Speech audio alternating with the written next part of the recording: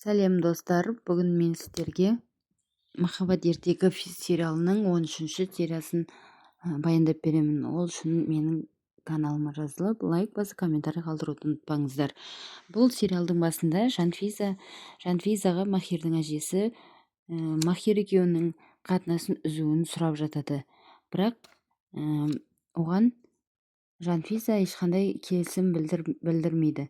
Сол моментте оның атасы да өзінің ойын айтқаннан кейін бұл Махирға ұнамай қалады. Яғни олардың ойынша бұл Жанфиза екеуінің қатынасын үзіп, олар мәжбүрлі түрде Махирді басқа қызға үйлендірмекші екен.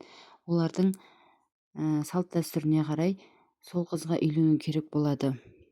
Бірақ оған ашуланып, біз бұл үйден кетеміз, сіздердің ол қызға үйленгісі келмей, бұл үйден анасын да және Жанфизаны да алып кетеді. Бұл үйге негізінде олар Сәлімнен қашып келген еді. Бұл ойларын іске аспайтын және енді бұл үйге аттап баспайтынын мәлімдейді. Жанфизаның әкесі больницада жатқан жерінен оны командир Рашидтің нөкерлері оны больницадан күштеп алып кетеді. Бірақ неге алып бара жатқанын ешқандай айтпайды. Қайда алып бара жатқанын айтпайды. Ал Махирдің шешесі асығыс үйінен кетіп бара жатқан кезде қолындағы сақинасын ұмытып кеткен екен. Мен сақинамды жоғалттым деп анасы ұзақ қобалжиды. Ол сақинамды сенің әкең алып берген. Жоқ, анашым, басқасын алып берем енді, тура сондайын алып берем десе де, тура ондайды қалай болады, ол әкең сыйламаған нәрсе ғой, мен соны сақинаны алуым керек деп шу шығарады. Ал Жанфиза болса, енді қайтпекпіз, енді қандай жоспарың бар деп сұрайды. Бір шешімін табамын, сен ештеңе уайымдама деп Жанфизаны мен сені Сәлемге ешқашан беріп қоймаймын деп уәде беріп атады. Одан да мені жібере сал, басыңа бәле іздеп, мен басыңа бәле болып жабыстым, мені жібере сал дейді. Бірақ мен сені ешқашан жібермеймін дейді.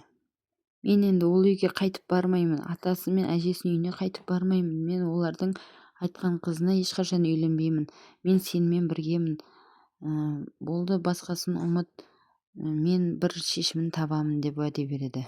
Ал Сәлем болса, оқтан аман қалған, ол мен әлі де олардан кегін аламын деп өзі өштесіп отырады.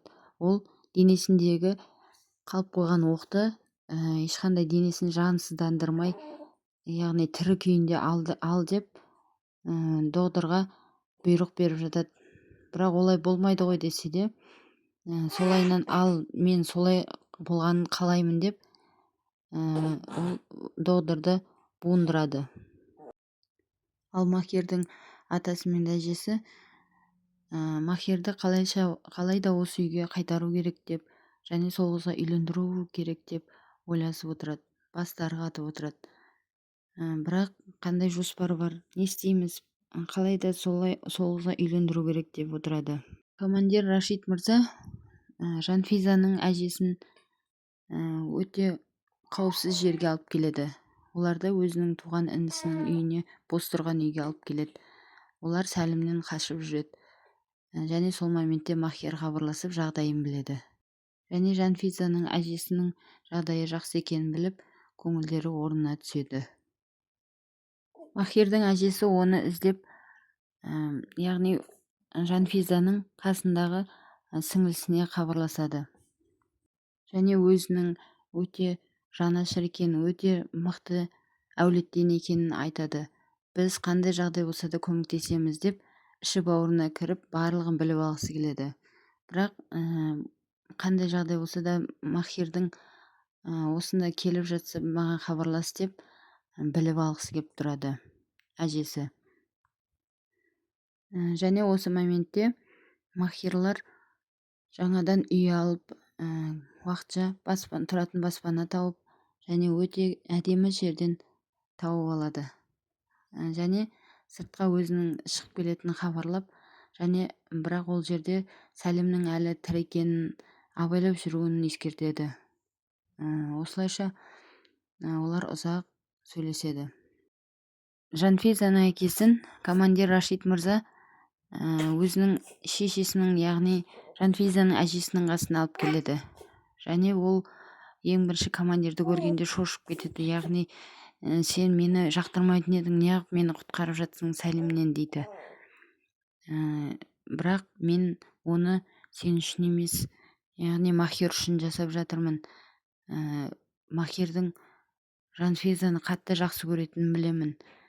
Және солар үшін ғана мен сені құтқарып қалдым, сен үшін емес деп айтады.